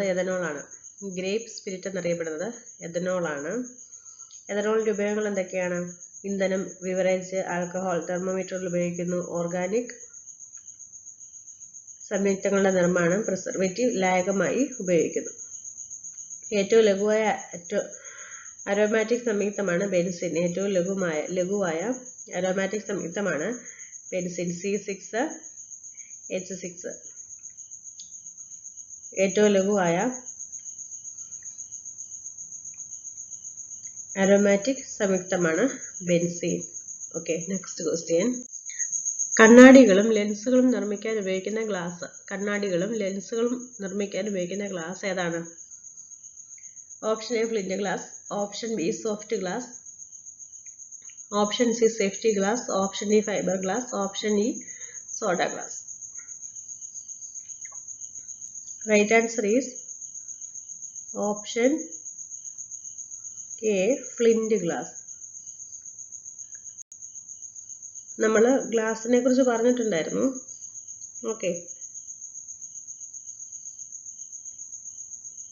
നമുക്ക് അടുത്ത ക്വസ്റ്റ്യനിലേക്ക് പോവാം. പഞ്ചസാരയിൽ സൾഫ്യൂരിക് ആസിഡ് ചേർക്കുമ്പോൾ അതിന്റെ നിറം കറുപ്പായി മാറുന്നു. ഇത് സൾഫ്യൂരിക് ആസിഡിന്റെ ഏത് ഗുണത്തെ കാണിക്കും? പഞ്ചസാരയിൽ സൾഫ്യൂരിക് ആസിഡ് ചേർക്കുമ്പോൾ അതിന്റെ നിറം എന്തായി മാറുന്നു? കറുപ്പായിട്ട് മാറുന്നു. ഓപ്ഷൻ എ ഓക്സികാരി, ഓപ്ഷൻ ബി നിരോക്സികാരി, ഓപ്ഷൻ സി ശോഷകാരകം, ഓപ്ഷൻ ഡി നിർജ്ജലീകാരകം, ഓപ്ഷൻ ഡി ഇവയൊന്നുമല്ല. Right answer is option D നിർജ്ജലീകാരകം. രാസപ്രവർത്തനത്തിൽ ഇലക്ട്രോണുകൾ സ്വീകരിക്കുന്നവ അറിയപ്പെടുന്നത് ഓക്സികാരി എന്നാണ്. ഇലക്ട്രോണിനെ സ്വീകരിക്കുമ്പം എന്താകും? നെഗറ്റീവ്. കൊടുക്കുമ്പം പോസിറ്റീവ്. അപ്പോൾ രാസപ്രവർത്തനത്തിൽ ഇലക്ട്രോൺ സ്വീകരിക്കുന്നവ അറിയപ്പെടുന്നത് ഓക്സീകാരി എന്നാണ്. ഓക്സിഡേഷൻ നമ്പർ കൂട്ടുന്ന പ്രവർത്തനം ഓക്സീകരണം. ഓക്സിഡേഷൻ നമ്പർ കൂട്ടുന്ന പ്രവർത്തനമാണ് ഓക്സീകരണം. രാസപ്രവർത്തനത്തിൽ ഇലക്ട്രോൺ വിട്ടുകൊടുക്കുന്നവ അറിയപ്പെടുന്നത് എങ്ങനെയാണ്? നിരോക്സീകാരി എന്നാണ്. അതായത് ഓക്സിജൻ സ്വീകരിക്കുന്നവ ഓക്സീകാരി എന്നും വിട്ടുകൊടുക്കുന്നവ നിരോക്സീകാരി എന്നും പറയുന്നു. ഓക്കെ, ഓക്സിഡേഷൻ നമ്പർ കുറയുന്ന പ്രവർത്തനമാണ് നിരോക്സീകരണം. അപ്പോൾ വിട്ടുകൊടുക്കുമ്പോൾ എന്താ ചെയ്യും? നമ്പർ കുറയും. അപ്പം അവിടെ നിരോക്സീകരണം സംഭവിക്കുന്നു. അപ്പോൾ ഈ കൊടുക്കുന്നവർക്ക് പോസിറ്റീവ് ചാർജും വാങ്ങിക്കുന്നവർക്ക് നെഗറ്റീവ് ചാർജും ആയിരിക്കും. ഓക്കെ, അപ്പോൾ വിട്ടുകൊടുക്കുമ്പോൾ എന്താണ്? നിരോക്സീകരണമാണ്. വിട്ടുകൊടുക്കുമ്പോൾ നിരോക്സീകരണം. വാങ്ങുമ്പോൾ എന്താണ്? ഓക്സീകരണമാണ്. ഓക്കെ, അത് നല്ലോണം മനസ്സിലാക്കി വെക്കണേ. ഓക്സിഡേഷൻ നമ്പർ കുറയുന്ന പ്രവർത്തനം നിരോക്സീകരണം. ഓക്സീകരണവും നിരോക്സീകരണവും ഒരേ സമയം നടക്കുന്ന പ്രവർത്തനങ്ങളാണ് റിഡോക്സ് പ്രവർത്തനങ്ങൾ. ഓക്സീകരണവും നിരോക്സീകരണവും ഒരേ സമയം നടക്കുന്ന പ്രവർത്തനങ്ങളാണ് റിഡോക്സ് പ്രവർത്തനങ്ങൾ. വസ്തുക്കളിൽ അടങ്ങിയിരിക്കുന്ന ജലാംശം ആഗിരണം ചെയ്യുന്ന പദാർത്ഥങ്ങളാണ് ശോഷകാരകങ്ങൾ. വസ്തുക്കളിൽ അടങ്ങിയിരിക്കുന്ന ജലാംശം ആഗിരണം ചെയ്യുന്ന പദാർത്ഥങ്ങളാണ് ശോഷകാരകങ്ങൾ. ഓക്കെ, ഇനി സൾഫ്യൂരിക് ആസിഡിനെ കുറിച്ച് ഒന്ന് നോക്കാം.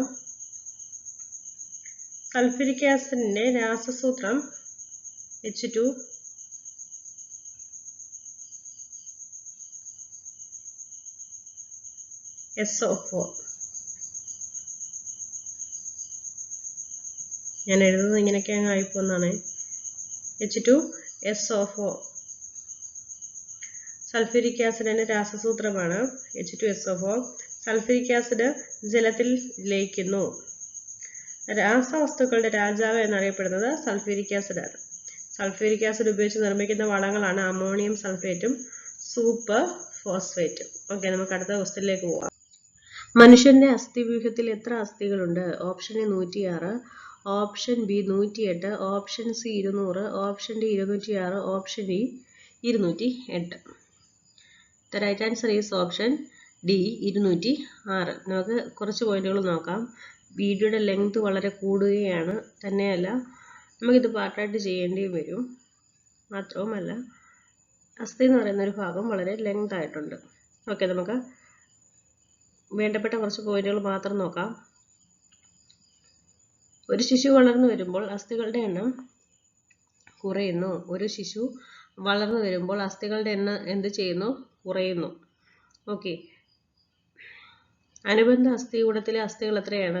126 ആണ്. അനുബന്ധ അസ്ഥികൂടത്തിലെ അസ്ഥികളുടെ എണ്ണം 126 ആണ്.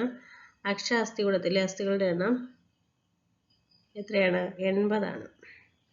ഓക്കെ, കശേരുക്കളുടെ എണ്ണം എത്രയാണ്? നട്ടെല്ലിലെ കശേരുക്കളുടെ എണ്ണം 26 ആണ്. അപ്പോൾ ആദ്യത്തേതും അവസാനത്തേതും ഓർക്കുക. ആദ്യത്തേത് അറ്റ്ലസ് ആണ്, അവസാനത്തേത് കോക്സിക്സ് ആണ്. ഓക്കെ, അവസാനത്തേത് കോക്സിക്സ് ആണ്. അത്രയും മനസ്സിലാക്കുക. പിന്നീട് മനസ്സിലാക്കേണ്ട ഒരു കാര്യം എന്ന് പറഞ്ഞാൽ അസ്ഥികളിൽ ഏറ്റവും കൂടുതൽ അടങ്ങിയിരിക്കുന്ന ലോഹ മൂലകം ഏതാണെന്നാണ്? കാൽസ്യമാണ്. കാൽസ്യമാണ് അസ്ഥികളിൽ അടങ്ങിയിരിക്കുന്ന ഏറ്റവും കൂടുതലുള്ള ലോഹ മൂലകം. ഓക്കെ, അത് മനസ്സിലാക്കി വെക്കുക.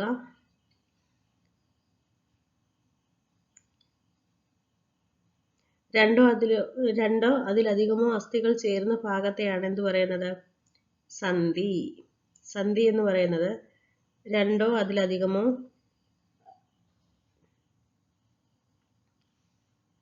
അതിലധികമോ അസ്ഥികൾ ചേർന്ന ഭാഗമാണ് സന്ധി. ഓക്കെ, പിന്നീട് വിജാഗിരി സന്ധി, ഗോളര സന്ധി, കീലസന്ധി, അങ്ങനെ അതിനെക്കുറിച്ചൊക്കെ നല്ല രീതിയിൽ അറിയണം. പിന്നെ അസ്ഥികളുടെ എണ്ണവും ആ കാര്യങ്ങളൊക്കെ നമ്മൾ നല്ല രീതിയിൽ അറിഞ്ഞു പോകണം. ഇപ്പം നമുക്ക് വീഡിയോയ്ക്ക് ലെങ്ത് കൂടുതലാവുന്നതുകൊണ്ട് അതിനെക്കുറിച്ച് കൂടുതലൊന്നും പറയുന്നില്ല. അടുത്ത ഭാഗങ്ങളിലൊക്കെ ഇതുപോലെ റിപ്പീറ്റ് ക്വസ്റ്റ്യൻസ് വരുന്നുണ്ട്. അപ്പോൾ നമുക്ക് അതിനെക്കുറിച്ച് ഒന്നുകൂടെ പറയാം. ഓക്കെ, നെക്സ്റ്റ് ക്വസ്റ്റ്യനിലേക്ക് പോവാം. പേവിഷബാധയ്ക്ക് വേറൊരു പേര്. Option A haemophilia, option B hydrophobia, option C cirrhosis, option D plague, option E ഇവയൊന്നുമല്ല.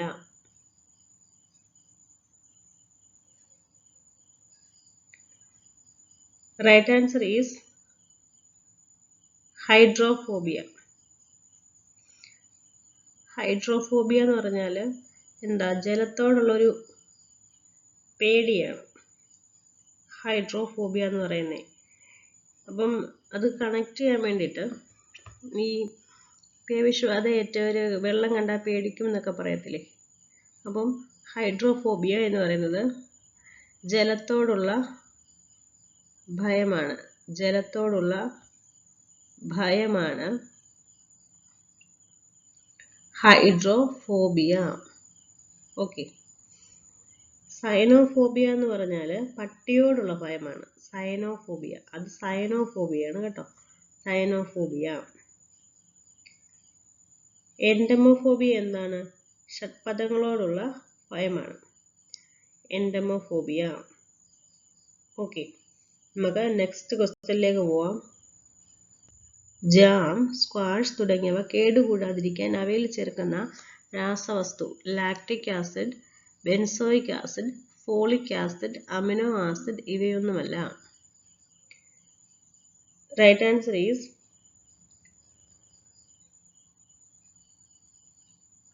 Option B benzoic acid. ഭക്ഷണപദാർത്ഥങ്ങളിൽ ചേർക്കുന്ന നിരോധിക്കപ്പെട്ട നിറങ്ങളാണ് metanil, yellow, lead, chromate. Okay, നമുക്ക് നെക്സ്റ്റ് ക്വസ്റ്റ്യനിലേക്ക് പോവാം. മനുഷ്യ ശരീരത്തിലെ സാധാരണ ഊഷ്മാവ്. മനുഷ്യ ശരീരത്തിലെ സാധാരണ ഊഷ്മാവ് 37 degree Celsius. Okay, next question. കൊഴുപ്പിന്റെ ഒരു ഘടകം. Option A fatty acid, option B nicotinic acid, option C folic acid, option D lactic acid, option E ഇവയൊന്നുമല്ല.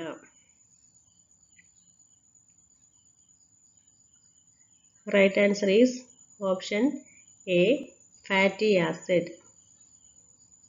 Next question.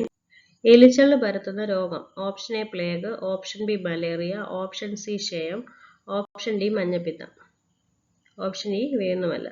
Right answer is option A plague. അപ്പോൾ ഈ രോഗങ്ങളും രോഗകാരികളും എന്ന് പറയുന്ന ഭാഗം നല്ലതായിട്ട് പഠിച്ചേ പറ്റത്തുള്ളൂ. അത് എന്തായാലും എക്സാമിന് വരുന്നൊരു ഭാഗമാണ്. പുകയില കഷായം ഏത് രോഗത്തിന് ഉപയോഗിക്കുന്നു? ഓപ്ഷൻ എ മനുഷ്യർക്കുള്ള രോഗത്തിന്, ഓപ്ഷൻ ബി മൃഗങ്ങൾക്കുള്ള രോഗത്തിന്, ഓപ്ഷൻ സി ശിശുക്കൾക്കുള്ള രോഗത്തിന്, ഓപ്ഷൻ ഡി സസ്യങ്ങൾക്കുള്ള രോഗത്തിന്, ഓപ്ഷൻ ഇ ഇവയൊന്നുമല്ല. Right answer is option D സസ്യങ്ങൾക്കുള്ള രോഗത്തിന്. നമുക്കറിയാവുന്നതാണ് അല്ലേ, പുകയില കഷായം ഒരു ജൈവ കീടനാശിനിയാണ്. ജൈവ കീടനാശിനിയാണ് പുകയില കഷായം.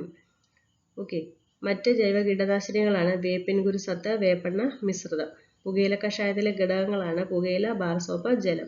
ഇത് SCERT പുസ്തകത്തിൽ ഇന്നും പഠിക്കാനുണ്ട്.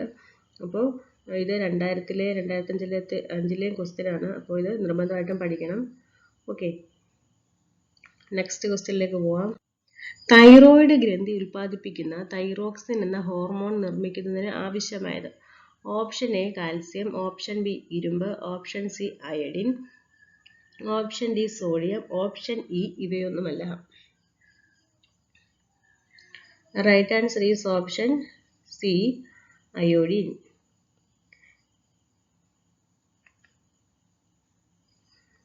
തൈറോയിഡ് ഗ്രന്ഥി സ്ഥിതി ചെയ്യുന്നത് എവിടെയാണ്? കഴുത്തിലാണ് അല്ലേ. ഉപാപചയ പ്രവർത്തനങ്ങൾ നിയന്ത്രിക്കുന്ന ഹോർമോണാണ് തൈറോക്സിൻ. മനുഷ്യരിലെ ഏറ്റവും വലിയ അന്തസ്രാവി ഗ്രന്ഥിയാണ് തൈറോയിഡ് ഗ്രന്ഥി. രക്തത്തിൽ അധികമുള്ള കാൽസ്യത്തിന്റെ അളവ് കുറച്ച് സാധാരണ നിലയിലെത്തിക്കുന്ന ഹോർമോണാണ് കാൽസിറ്റോസിൻ. ഓക്കെ,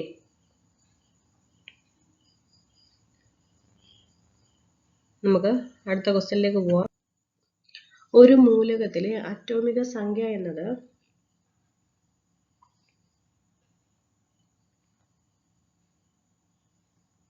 ഇലക്ട്രോണിന്റെയോ പ്രോട്ടോണിന്റെയോ എണ്ണമാണ്. ഇലക്ട്രോണിന്റെയോ പ്രോട്ടോണിന്റെ എണ്ണമാണ്. Proton, neutron, electron. Proton, neutron, electron എന്നീ 3 കണികകൾ ഇവിടെ കാണപ്പെടുന്നു, ആറ്റത്തിൽ കാണപ്പെടുന്നു. ആറ്റത്തിൻ്റെ കേന്ദ്രഭാഗം എന്ന് പറയുന്നത് ന്യൂക്ലിയസ് ആണ്. ആറ്റത്തിൻ്റെ കേന്ദ്രഭാഗം എന്ന് പറയുന്നത് ന്യൂക്ലിയസ് ആണ്. ഇലക്ട്രോൺ എവിടെയാണ് കാണുന്നത്? വെളിയിലാണ് ഇലക്ട്രോൺ കാണപ്പെടുന്നത്. ഭാരം കൂടിയ കണമാണ് ഏത്? ന്യൂട്രോൺ. ഭാരം കൂടിയ കണമാണ് ന്യൂട്രോൺ. ഭാരം കുറഞ്ഞ കണമാണ് ഇലക്ട്രോൺ. ഭാരം കുറഞ്ഞ കണമാണ് ഇലക്ട്രോൺ. ഒരാറ്റത്തിലെ പ്രോട്ടോണുകളുടെയും ഇലക്ട്രോണുകളുടെയും എണ്ണം തുല്യമായിരിക്കും. പ്രോട്ടോണുകളുടെയും ഇലക്ട്രോണുകളുടെയും എണ്ണം എന്താണ്? തുല്യമായിരിക്കും. പ്രോട്ടോണുകളുടെയും ഇലക്ട്രോണുകളുടെയും എണ്ണം തുല്യമായിരിക്കും. ഒരേ തരം ആറ്റങ്ങൾ കൊണ്ട് നിർമ്മിതമായിരിക്കുന്നവയാണ് മൂലകങ്ങൾ. സെയിം ആറ്റങ്ങളാണ്. ഒരേ ആറ്റങ്ങൾ കൊണ്ട് നിർമ്മിതമായിരിക്കുന്നവയാണ് എന്ത്? ഒരേ തരം ആറ്റങ്ങൾ കൊണ്ട് നിർമ്മിതമായിരിക്കുന്നവയാണ് മൂലകങ്ങൾ. ഒരാറ്റത്തിലെ പ്രോട്ടോണുകളുടെയും ന്യൂട്രോണുകളുടെയും ആകെത്തുക മാസ് നമ്പറാണ്. ഒരാറ്റത്തിലെ പ്രോട്ടോണുകളുടെയും പിന്നെന്താ പറയുന്നത്? ന്യൂട്രോണുകളുടെയും, പ്രോട്ടോണിൻ്റെയും ന്യൂട്രോണിൻ്റെയും ആകെത്തുക എന്ന് പറയുന്നത് എന്താണ്? മാസ് നമ്പറാണ്. P + N സമം എന്താണ്? A എന്നാണ് അറ്റോമിക് നമ്പറിനെ ഡിനോട്ട് ചെയ്യുന്നത്. അപ്പോൾ പ്രോട്ടോണിൻ്റെയും ന്യൂട്രോണിൻ്റെയും എണ്ണമാണ് മാസ് നമ്പർ. ഓക്കെ, അടുത്ത ക്വസ്റ്റ്യൻ നോക്കാം. റേഡിയോ ആക്ടിവിറ്റി കണ്ടുപിടിച്ചത് ആരാണ്? Option A madam Curie, option B Alfred Nobel, option C Henry, option D Chadwick. Right answer is option C Henry. അണുകേന്ദ്രങ്ങൾ വിഘടിക്കുമ്പോൾ ശക്തിയേറിയ കിരണങ്ങൾ പുറത്തു വരുന്ന പ്രതിഭാസമാണ് റേഡിയോ ആക്ടിവിറ്റി.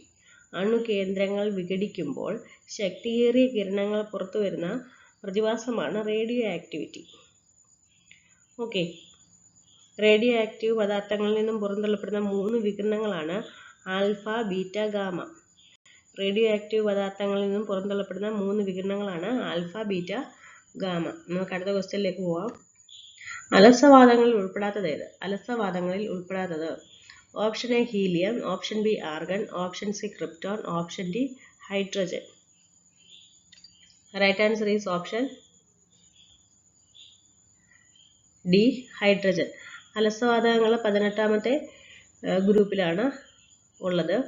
ഹൈഡ്രജൻ എന്ന് പറയുന്നത് 1ാമത്തെ ഗ്രൂപ്പിൽ പറയുന്നു, എന്നാൽ വ്യക്തമായൊരു സ്ഥാനം ഹൈഡ്രജന് ഇല്ല. നമുക്ക് അടുത്ത ക്വസ്റ്റ്യനിലേക്ക് പോകാം. ആസിഡുകളുടെ പൊതുഗുണങ്ങളിൽ പെടാത്തത്. ഓപ്ഷൻ എ ചുവന്ന ലിറ്റ്മസിനെ നീല നിറമുള്ളതാക്കുന്നു, ഓപ്ഷൻ ബി ഹൈഡ്രജൻ അടങ്ങിയിട്ടുണ്ട്, ഓപ്ഷൻ സി വൈദ്യുതവാഹികളാണ്, ഓപ്ഷൻ ഡി പുളിരുചിയുണ്ട്. ആസിഡുകളുടെ പൊതുഗുണങ്ങളിൽ പെടാത്തത്. ചുവന്ന ലിറ്റ്മസിനെ നീല നിറമുള്ളതാക്കുന്നു. ആൻസർ എ ആണ് വരുന്നത്. ഒരു ലായനി ആസിഡ് ആണോ ബേസ് ആണോ എന്ന് തിരിച്ചറിയുന്നത് എന്തുകൊണ്ടാണ്? pH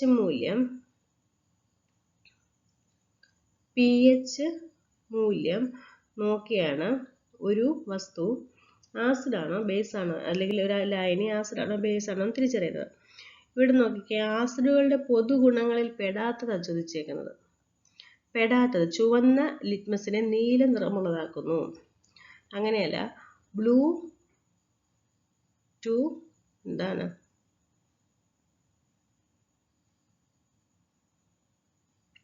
റെഡ് അല്ലേ? ഇവിടെ ഹൈഡ്രജൻ അടങ്ങിയിട്ടുണ്ട്, ശരിയാണ്. വൈദ്യുതവാഹികളാണ്, ശരിയാണ്. പുളിരുചിയുണ്ട്. അപ്പോൾ ആസിഡിന്റെ പൊതുഗുണങ്ങളാണ് അവ 3. പിന്നെന്താ പറയുന്നത്? ആസിഡ്, ബേസ് എന്നിവയുടെ സാന്നിധ്യം തിരിച്ചറിയാൻ ഉപയോഗിക്കുന്നത് ലിറ്റ്മസ് പേപ്പറാണ്. നീല ലിറ്റ്മസിനെ ചുമപ്പാക്കുന്നത് ആസിഡാണ്. കണ്ടോ, ബ്ലൂ ടു റെഡ്. അപ്പോൾ റെഡ് ടു ബ്ലൂ ആക്കുന്നത് ആരാണ്? ബേസ് ആണ്. ഓക്കെ, ചുവന്ന ലിറ്റ്മസിനെ നീലയാക്കുന്നത് ബേസ് ആണ്. ഓക്കെ, pH മൂല്യം എങ്ങനെയാണ് pH സ്കെയിലിൽ രേഖപ്പെടുത്തിയിരിക്കുന്നത്? 0 മുതൽ 14 വരെയാണ്. pH സ്കെയിൽ കണ്ടുപിടിച്ചത് സൊറൻസൺ. ഓക്കെ. നിർവീര്യ വസ്തുവിന്റെ pH മൂല്യം എന്ന് പറയുന്നത് 7 ആണ്. ശുദ്ധജലത്തിന്റെ pH മൂല്യം 7 ആണ്. pH മൂല്യം 7ൽ താഴെ വരുന്നത് ആസിഡ് ആണ്. 7ന് മുകളിൽ പോകുന്നത് ആൽക്കലിയാണ്. അത്രയും കാര്യങ്ങൾ ബേസ് ആയിട്ട് മനസ്സിലാക്കി വെക്കുക. ഓക്കെ, അടുത്ത ക്വസ്റ്റ്യനിലേക്ക് പോവാം. ഫിനോഫ്തലിന് ആസിഡിലുള്ള നിറം. ഓപ്ഷൻ എ മഞ്ഞ, ഓപ്ഷൻ ബി നീല, ഓപ്ഷൻ സി ചുമപ്പ്, ഓപ്ഷൻ ഡി നിറമില്ല. Right answer is option D, നിറമില്ല. ഫിനോഫ്തലിന് ആസിഡിലുള്ള നിറം എന്ന് പറയുന്നത് എന്താണ്? നിറമില്ല. ഫിനോഫ്തലിന് ബേസിലുള്ള നിറം പിങ്ക് ആണ്. മീഥൈൽ ഓറഞ്ചിന് ആസിഡിലുള്ള നിറം ചുമപ്പാണ്. മീഥൈൽ ഓറഞ്ചിന് ബേസിലുള്ള നിറം മഞ്ഞയാണ്. ഫിനോൾ ചുമപ്പിന് ആസിഡിലുള്ള നിറം മഞ്ഞയാണ്. ഫിനോൾ ചുമപ്പിന് ബേസിലുള്ള നിറം ചുമപ്പാണ്. ഒന്നുകൂടെ നോക്കിക്കേ. ഫിനോഫ്തലിന് ബേസിലുള്ള നിറം പിങ്ക് ആണ്. ഫിനോഫ്തലിന് ബേസിലുള്ള നിറം പിങ്ക് ആണ്. ഫിനോഫ്തലിന് ബേസിലുള്ള നിറം പിങ്ക് ആണ്. ഇപ്പോഴത്തെ SCERT പുസ്തകത്തിലൊക്കെ പഠിക്കാനുണ്ട്. ഇത് നിർബന്ധമായിട്ട് ഓർത്തു വെക്കുക. മീഥൈൽ ഓറഞ്ചിന് ആസിഡിലുള്ള നിറം ചുമപ്പ്. മീഥൈൽ ഓറഞ്ചിന് ബേസിലുള്ള നിറം മഞ്ഞ. ഫിനോൾ ചുമപ്പിന് ആസിഡിലുള്ള നിറം മഞ്ഞ. ഫിനോൾ ചുമപ്പിന് ബേസിലുള്ള നിറം ചുമപ്പ്. ഓക്കെ, നെക്സ്റ്റ് ക്വസ്റ്റ്യനിലേക്ക് പോവാം. സംഭരണ വേരുകൾക്ക് ഉദാഹരണമാണ് ക്യാരറ്റ്, ചേന, ഉള്ളി, മഞ്ഞൾ. Right answer is option B, carrot. മറ്റ് സംഭരണ വേരുകളുള്ള സസ്യങ്ങളാണ് മധുരക്കിഴങ്ങ്, ഡാലിയ, മരച്ചീനി, റാഡിഷ്, നാലുമണിച്ചെടി, ശതാവരി, പാവൽ. സംഭരണ വേരുള്ള സസ്യങ്ങൾ ഊർജവും പോഷകങ്ങളും വേരിൽ സംഭരിക്കുന്നു. ഭൂമിക്കടിയിൽ വളരുന്ന കാണ്ഡങ്ങൾക്ക് ഉദാഹരണമാണ് മഞ്ഞൾ, ഇഞ്ചി, ചേന, ചേമ്പ്, ഉരുളക്കിഴങ്ങ്, ചുവന്നുള്ളി, വെളുത്തുള്ളി. അപ്പോൾ ഭൂമിക്കടിയിൽ വളരുന്ന കാണ്ഡങ്ങൾക്ക് ഉദാഹരണമാണ് ചേന, മഞ്ഞൾ, ഉള്ളി എന്നിവ. ഓക്കെ, നെക്സ്റ്റ് ക്വസ്റ്റ്യനിലേക്ക് പോകാം. ഹീമോഗ്ലോബിൻ അടങ്ങിയിരിക്കുന്നത് ഓപ്ഷൻ എ പ്ലാസ്മയിലാണ്, ഓപ്ഷൻ ബി അരുണരക്താണുക്കളിലാണ്, ഓപ്ഷൻ സി ശ്വേതരക്താണുക്കളിലാണ്, ഓപ്ഷൻ ഡി പ്ലേറ്റ്ലെറ്റുകളിലാണ്.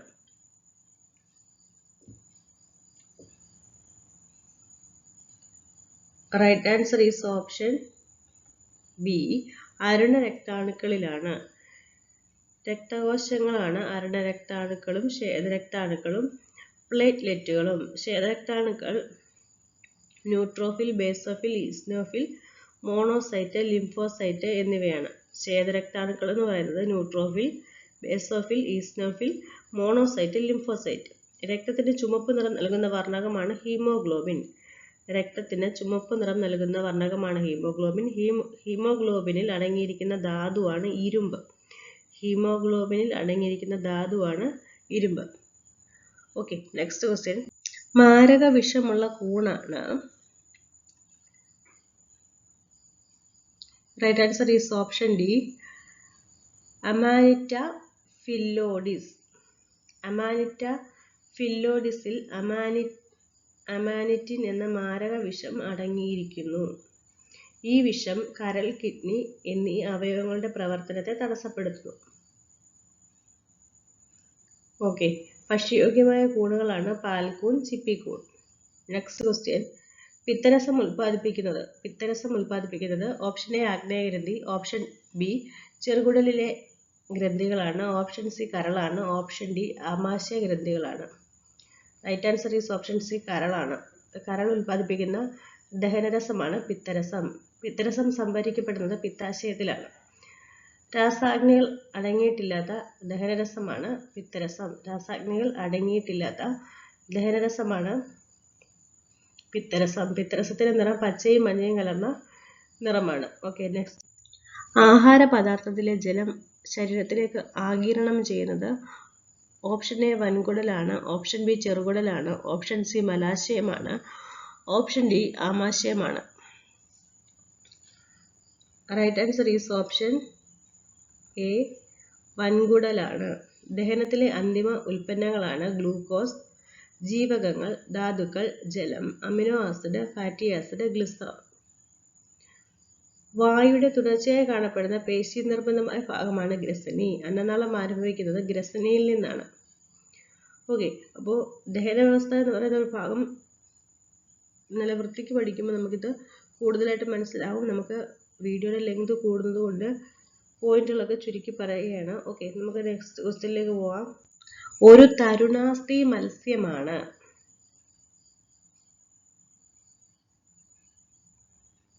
സ്രാവ്. നമുക്കറിയാലേ, നമുക്ക് അതിൻ്റെ മുള്ള് നല്ലതായിട്ട് ഇങ്ങനെ കടിച്ച് തിന്നാനായിട്ട് കഴിയും. അപ്പോൾ നമ്മുടെ ഈ മൂക്കിൻ്റെ അറ്റത്തും ചെവിയും ഒക്കെ തരുണാസ്ഥികളാൽ നിർമ്മിതമാണ്. ഇങ്ങനെ വഴങ്ങുന്ന അസ്ഥികളാണ്. അപ്പോൾ തരുണാസ്ഥി മത്സ്യമാണ് ഏത്? സ്രാവ്.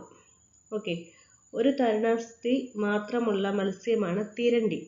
ഒരു തരുണാസ്ഥി മാത്രമുള്ള മത്സ്യമാണ് തിരണ്ടി. കൺപോളകളില്ലാത്ത ജലജീവിയാണ് മത്സ്യം. കൺപോളകളില്ലാത്ത ജലജീവിയാണ് മത്സ്യം. Okay,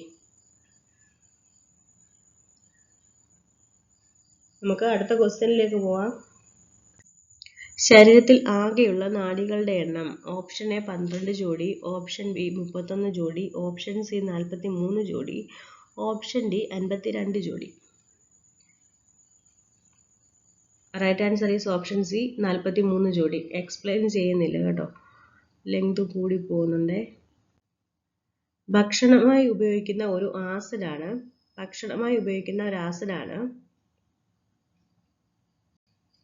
option A is right answer, acetic acid. Next question. Dry സെല്ലിൽ ഉപയോഗിക്കുന്ന ഇലക്ട്രോലൈറ്റ് ആണ്. Sulphuric acid, ammonium chloride, hydrochloric acid, sodium chloride. Right answer is ammonium chloride. Dry സെല്ലിൽ ഉപയോഗിക്കുന്ന ഇലക്ട്രോലൈറ്റ് അമോണിയം ക്ലോറൈഡ്. സമുദ്രങ്ങളുടെ ആഴം അളക്കുന്നതിനുള്ള ഉപകരണം. ഓപ്ഷൻ എ മീലർ, option B echo sounder, option C altimeter, option D audiometer.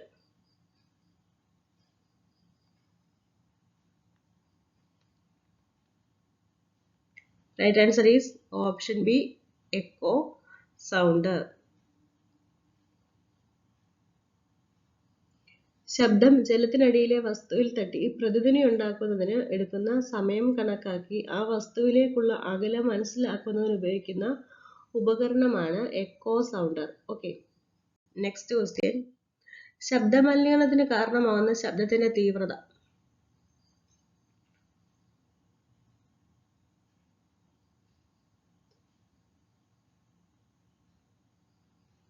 Right answer is option D 90 ഡെസിബലിന് മുകളിലായിരിക്കും. നമ്മൾ മുമ്പേ പറഞ്ഞിട്ടുണ്ടായിരുന്നല്ലോ, അപ്പോൾ അത്രയും മനസ്സിലാക്കി വെക്കുക. Next question. അർദ്ധചാലകങ്ങളിൽ ഒന്നാണ്. ഓപ്ഷൻ എ ചെമ്പ്, ഓപ്ഷൻ ബി വെള്ളി, option C germanium, option D mercury.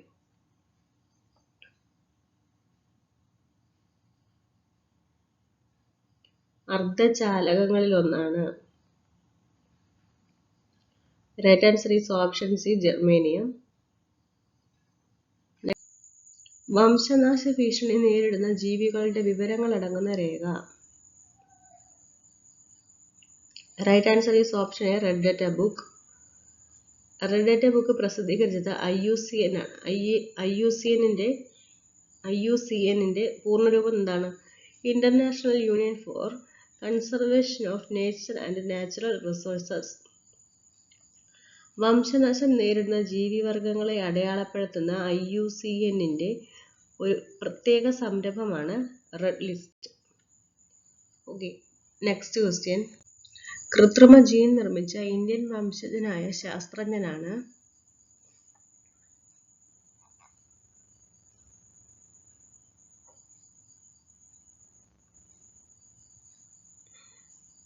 Option A Hargobind Khurana.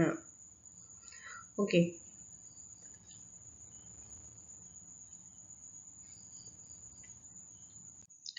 നമ്മൾ കുറച്ച് ക്വസ്റ്റ്യൻസ് നോക്കി. സയൻസിൽ 2 പ്രാവശ്യമായിട്ട് നടന്ന പരീക്ഷയുടെ ക്വസ്റ്റ്യൻസ് ആണ്. ഓക്കെ, അപ്പോൾ ക്വസ്റ്റ്യൻസ് നോക്കുമ്പോൾ നമുക്ക് മനസ്സിലാവും. ആദ്യത്തെ ക്വസ്റ്റ്യൻസ് ഒക്കെ ഇപ്പോഴും ചോദിച്ചിട്ടുണ്ട്. 2021 20-ലെയും 2005-ലെയും ക്വസ്റ്റ്യൻ ആണ്. ഓക്കെ, നിങ്ങൾക്ക് ഈ ഒരു ക്ലാസ് ഉപകാരപ്പെട്ടെന്ന് വിശ്വസിക്കുന്നു. Okay, thank you.